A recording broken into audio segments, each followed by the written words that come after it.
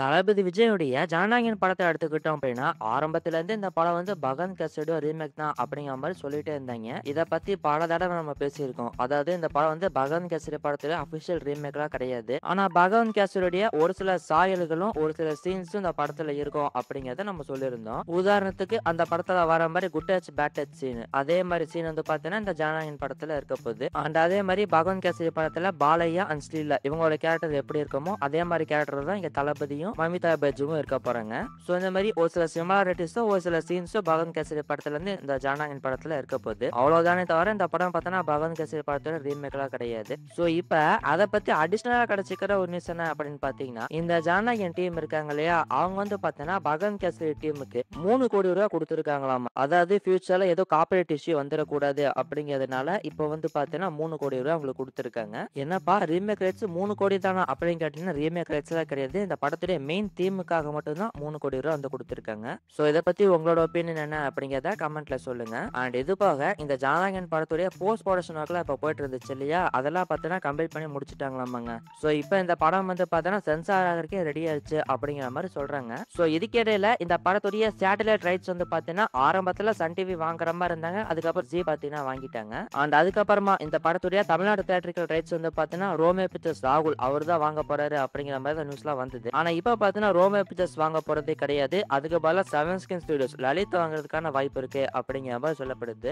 So எதனாலப்பா இந்த மாரி சேஞ்சஸ்லாம் நடக்குது அப்படின்னு கேட்டீங்கன்னா, விஜய் வந்து பார்த்தீங்கன்னா இந்த மாரி டிஎம்கேவ சார்ந்தவங்கலாம் இந்த படத்துக்குள்ள வர வேணாம் அப்படிங்கிற மாரி நெனைக்கிறாராமா. அதனால தான் பார்த்தீங்கன்னா இந்த மாரி சேஞ்சஸ்லாம் வந்துட்டு இருக்கு. ஸோ இத பத்தி உங்களோட ஒப்பீனியன் என்ன அப்படிங்கிறத கமெண்ட்ல சொல்லுங்க. ஆக்டர் துருவ் விக்ரமுடைய பைசன் படத்துடைய ட்ரெய்லர் வந்து பார்த்தீங்கன்னா அக்டோபர் 13ஆம் தேதி ரிலீஸ் ஆக போகுது அப்படிங்கிற மாரி கன்ஃபார்ம் பண்ணியிருக்காங்கங்க. ஆரம்பத்துல பார்த்தீங்கன்னா அக்டோபர் 12 ரிலீஸ் பண்ணிடுவாங்க அப்படிங்கிற மாரி சொல்லப்பட்டுச்சு. நம்ம கூட சொல்லியிருந்தோம். ஆனா இப்ப பார்த்தீங்கன்னா அக்டோபர் 13 தான் ரிலீஸ் பண்ண போறோம் அப்படிங்கிற மாரி கன்ஃபார்ம் பண்ணிட்டாங்க. அண்ட் இது போக பார்த்தீங்கன்னா புதுசா 2 கேரக்டர்ஸுமே ரிவீல் பண்ணியிருக்காங்கங்க. அதாவது director Ameer and actor Lal இவங்க 2 பேருமே பார்த்தீங்கன்னா இந்த பைசன் படத்துல நடிச்சிருக்காங்க. ஒரு மாரி இந்த படத்தோட கேஸ்டிங்கே சூப்பரா இருக்குல்ல. சோ இந்த பைசன் படம் வந்து பார்த்தீங்கன்னா ஒரு கபடி பெஸ்ட் ஃபிலிம் தான். ஒரு ஸ்போர்ட்ஸ் டிராமாவா தான் இந்த படத்தை எடுத்திருக்காங்க அப்படிங்கிற மாதிரி தான் ஆரம்பத்துல இருந்து நியூஸ்லாம் வந்துட்டு இருக்கு. சோ இந்த படத்துல மாரி செல்வராஜோட டச் இருக்குமா அப்படிங்கிறதையுமே நம்ம பார்க்கணும். ஏன்னா மாரி செல்வராஜோட எல்லா படத்துலயுமே பார்த்தோன்னா இந்த தீண்டாமை அப்படிங்கிற விஷயத்தை பத்தி பேசுவாரு. அண்ட் அந்த வகையில இந்த படத்துலயுமே அதை பத்தி பேசுவாரா அப்படிங்கிறதையுமே பார்க்கணும். ஸோ இதுக்கான ஒரு கிளாரிட்டி அப்படிங்கிறது இந்த படத்தோட ட்ரெய்லர்ல நம்மளுக்கு கிடைக்கும்னு நினைக்கிறேன். வெயிட் பண்ணி பார்க்கலாம். ஸோ அதே தீபாவளிக்கு ரிலீஸ் ஆக போற ஹரிஷ் கல்யாணோட டீசல் படத்துல இருந்து ட்ரெய்லர் வந்து பார்த்தீங்கன்னா ரிலீஸ் பண்ணிட்டாங்க.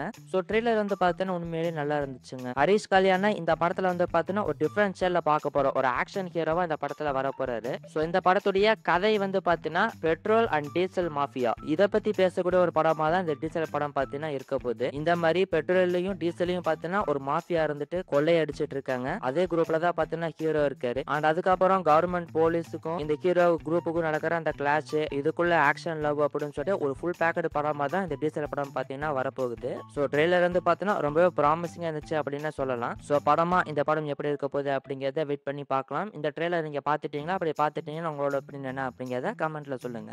ஆக்டர் அல்லு அர்ஜுனுடைய 22வது திரைப்படம் அட்லியோட டைரக்ஷன்ல உருவாகிட்டு இருக்கு. சோ இப்ப இந்த படத்தை பத்தி ஒரு அப்டேட் ஒன்று கிடைச்சிருக்குங்க. அதாவது இந்த படத்துடைய டைட்டிலும் அண்ட் ரிலீஸ் டேட்டையும் ஒரே வீடியோல அனௌன்ஸ்மெண்ட் பண்ண போறாங்களாமா. அதுக்காக இப்போ ஸ்பெஷல் வீடியோ ஒன்று ரெடி பண்ணிட்டு இருக்காங்க அப்படிங்கிற மாதிரி சொல்லப்படுதுங்க. சரிப்பா அது எப்ப ரிலீஸ் பண்ண போறாங்க அப்படின்னு கேட்டீங்கன்னா அடுத்த வருஷம் பொங்கலுக்கு ஜனவரி 14ஆம் தேதி ரிலீஸ் பண்ண போறாங்க அப்படிங்கிற மாதிரி ஒரு நியூஸ் ஒன்று கிடைச்சிருக்குங்க. சோ இப்போதைக்கு மூவி டீம் வந்து பார்த்தீங்கன்னா இப்போ ஒரு பிளான்ல இருக்காங்க அப்படிங்கிற மாதிரி சொல்லப்படுது. மேபி இது சீக்கிரமா அபிஷியல் அனௌன்ஸ்மெண்ட் பண்றதுக்குமே வாய்ப்பு இருக்கு அப்படிங்கிற மாதிரி சொல்லப்படுது. ஸோ இதுக்கான அபிஷியல் அனௌன்ஸ்மெண்ட் இது வருதா அப்படிங்கிறத வெயிட் பண்ணி பார்க்கலாம். அண்ட் இந்த படத்தோட ரிலீஸை பொறுத்த வரைக்கும் பார்த்தீங்கன்னா நம்ம ஏற்கனவே சொல்லியிருந்தோம் 2027 மார்ச் மந்த் ரிலீஸ் பண்றதுக்கு பிளான் பண்ணியிருக்காங்க அப்படிங்கிறத சொல்லியிருந்தோம். ஸோ என்ன பண்ண போறாங்க அப்படிங்கிறத வெயிட் பண்ணி பார்க்கலாம். ஸோ இதுக்கிடையில இந்த டூட் படத்தோட ஈவெண்ட்ல வந்து பார்த்தீங்கன்னா இந்த படத்துடைய ப்ரொடியூசரான மைத்திரி மூவி மேக்கர் நவீன் இருக்காரு இல்லையா, அவர் வந்து பார்த்தா இந்த படத்தை பத்தி ஒரு அப்டேட் ஒன்று கொடுத்துட்டாருங்க. அதாவது இந்த படத்துக்கு சாய் அப்படிங்கிறத மியூசிக் பண்றாரு அப்படிங்கிறத அவர் வந்து பார்த்தீங்கன்னா அபிஷியலா கன்ஃபார்ம் பண்ணிட்டாரு. ஸோ ஆரம்பத்துல இருந்து இந்த படத்துக்கு சாய் பெங்கர் தான் மியூசிக் பண்ண போறாரு அப்படிங்கிற மாதிரி நியூஸ்லாம் வந்தது. ஸோ இப்போ இவர் வந்து பார்த்தீங்கன்னா அபிஷியலாவே கன்ஃபார்ம் பண்ணிட்டாரு. ஸோ இது போக இந்த படத்துல வந்து பார்த்தீங்கன்னா ஒரு ஐட்டம் சாங்குமே இருக்க போகுது அப்படிங்கிற மாதிரி சொல்லப்படுது. பொதுவா அட்லியோட படத்துல ஐட்டம் சாங்லாம் இது வரைக்கும் வந்ததே கிடையாது. ஆனா இது பேன் இண்டியா கல்ச்சர் இல்லையா,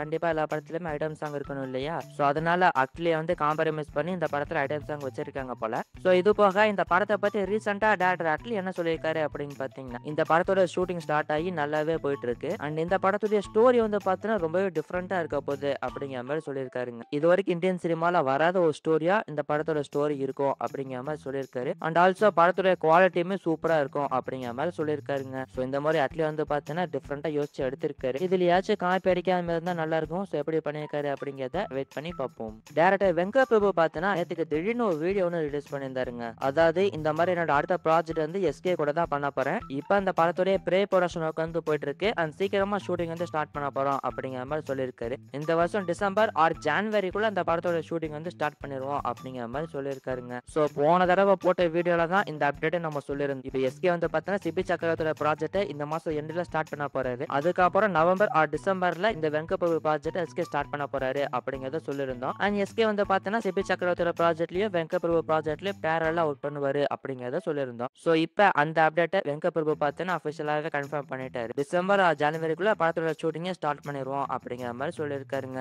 ஸோ இப்போ இந்த படத்தோட ப்ரே ப்ரொடக்ஷன் ஒர்க் வந்து பார்த்தீங்கன்னா போயிட்டு இருக்குங்கிற மாதிரி சொல்லியிருக்காரு. அண்ட் சீக்கிரமா ஷூட்டிங்கை ஸ்டார்ட் பண்ணிடுவாங்க. வெயிட் பண்ணி பார்ப்போம். ஆர்ஜே பாலாஜி வந்து பார்த்தீங்கன்னா இப்போ கருப்பு அப்படின்னு படத்தை எடுத்துட்டு அது எப்போ ரிலீஸ் ஆகுது அப்படிங்கிறதே தெரியாம உட்காந்துருக்காரு. சரி அதை விடுங்க, அடுத்ததா ஒரு டைரக்ட் பண்ண போற ஒரு படத்தை பத்தி ஒரு அப்டேட் ஒன்று கிடைச்சிருக்குங்க. அதாவது ஆர்ஜே பாலாஜி இப்போ ரீசெண்டா வந்து பார்த்தீங்கன்னா ஆக்டர் மணிகண்டன் அவர்கிட்ட பார்த்தோன்னா கதை ஒன்று சொல்லியிருக்காராமா. அண்ட் மணிகண்டனுக்கு அந்த கதை ரொம்ப பிடிச்சி போய் இப்போ அந்த ப்ராஜெக்ட் வந்து சீக்கிரமா ஸ்டார்ட் பண்ண போறாங்க அப்படிங்கிற மாதிரி இன்னும் சொன்ன கிடைச்சிருக்குங்க. ஸோ ஆர்ஜே பாலாஜியோட இயக்கத்தில் மணிகண்டன் இந்த காம்போவே பார்த்தீங்கன்னா சூப்பரா இருக்கு. இந்த அப்டேட்டை எங்கேயோ கேட்ட மாதிரி இருக்கே அப்படின்னு நீங்க எல்லாருமே கேட்பீங்க. எஸ், இப்போ 2 நாளைக்கு முன்னாடி தான் வலைப்பேச்சு சேனல்ல இந்த படத்தோட அப்டேட்டை பத்தி சொல்லியிருந்தாங்க. என்னப்பா வலைப்பேச்சுல இருந்து அப்படியே காப்பி அடிச்சிட்டியா அப்படின்னு கேட்காதீங்க. அன்னத்தன்னைக்கு நம்மளுமே ஒரு வீடியோ போட்டிருந்தோம். அன்னத்தன்னைக்கு நம்மளுக்கு இந்த அப்டேட் வந்து வந்துச்சு. ஆனா அந்த அப்டேட் நான் வந்து கவர் பண்ண மறந்துட்டேன். ஸோ அதனாலதான் இன்னைக்கு சொல்றேன். அதுக்குன்னு உடனே வந்து வலைப்பேச்சு சேனல் இருந்து காப்பி பண்ணிட்டேன் அப்படிங்கிற மாதிரிலாம் சொல்லாதீங்க. ஸோ சீக்கிரமா பார்த்தீங்கன்னா இந்த மணிகண்டன் ஆர்ஜே பாலாஜி ப்ராஜெக்ட்கான ப்ரே ப்ரொடக்ஷன் வந்து ஸ்டார்ட் பண்ண போறாங்க அப்படிங்கிற மாதிரி சொல்லப்படுது. ஸோ இதுக்கான அஃபிஷியல் அனௌன்ஸ்மெண்ட் எது வருதா அப்படிங்கிறத வெயிட் பண்ணி பார்க்கலாம். அண்ட் இந்த ஆர்ஜே பாலாஜி அண்ட் மணிகண்டன் இந்த காம்போ பத்தி உங்களோட ஒப்பீனியன் என்ன அப்படிங்கிறத கமெண்ட்ல சொல்லுங்க.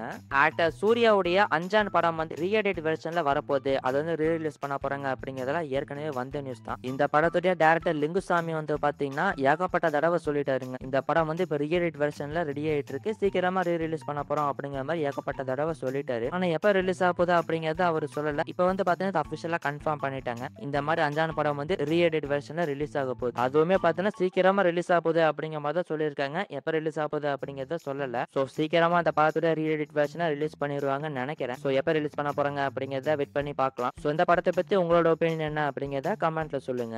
டைரக்டர் நலன் குமாரசாமி இப்ப கார்த்தியை வச்சு வாவா திரைப்படம் எடுத்திருக்காரு இல்லையா, அந்த படம் டிசம்பர் 5ஆம் தேதி ரிலீஸ் ஆக போகுது. ஸோ அதனால நலன் குமாரசாமி பார்த்தோன்னா இப்போ ஒரு இன்டர்வியூ ஒன்று கொடுத்துருக்காருங்க. அண்ட் அதுல அவர்கிட்ட ஒரு கேள்வி கேட்கப்பட்டுச்சு. அதாவது இந்த வாவா திரைப்படம் வந்து எந்த மாதிரி ஸ்டோரி சார் அப்படிங்கிற மாதிரி கேட்டிருக்காங்க. அண்ட் அதுக்கு நலன் குமாரசாமி பார்த்தீங்கன்னா ஒரு நியூஸ் ஒன்று சொல்லியிருக்காரு. அதாவது நாங்க வந்து 80s and 90sல நடக்கிற மாதிரி ஒரு கேங்ஸ்டர் மசாலா படம் எடுக்கலாம் அப்படிங்கிற மாதிரி பிளான் பண்ணணும். ஸோ படத்தோடைய கதைப்படி பார்த்தீங்கன்னா ஹீரோவுடைய தாத்தா வந்து பார்த்தீங்கன்னா பெரிய எம்ஜிஆர் உடைய ஃபேன். எம்ஜிஆருக்காக உயிரே கொடுக்குற அளவுக்கு மிகப்பெரிய ஃபேனா வந்து இருக்காரு. ஸோ இந்த சமயத்துல அவருக்கு பார்த்தீங்கன்னா ஒரு பேரன் ஒன்று பிறக்கிறான். ஸோ அந்த பேரன் கிட்ட எம்ஜிஆர் ஒரு சில கனெக்ஷன்ஸ் எல்லாம் இவன்ட்ட இருக்கே அப்படிங்கிற மாதிரி அந்த தாத்தா வந்து பார்த்தீங்கன்னா பாக்குறாரு. அந்த பேரன் தான் பார்த்தீங்கன்னா கார்த்தி வந்து பார்த்தீங்கன்னா கதையில வந்து ராமு அப்படிங்கிற கேரக்டர்ல வரப்போறாராமா. அண்ட் அதுக்கப்புறம் ராமு வளர்ந்து ஒரு பெரிய போலீஸ் ஆபீசரா ஆயிடுறாரு. ஒரு ஜாலியா இருக்கக்கூடிய ஒரு போலீஸ் ஆபீசரா இருக்காரு. ஸோ இப்போ அந்த ராமுடைய தாத்தாக்கு ஒரு பிரச்சனை வருது, ஒரு அன்எக்ஸ்பெக்டான பிரச்சனை ஒன்று வருதாமா. ஸோ இதை இந்த ராமு எப்படி சால்வ் பண்ணாரு அப்படிங்கிறதா படத்துடைய கதையா இருக்கும் அப்படிங்கிற மாதிரி சொல்லியிருக்காருங்க.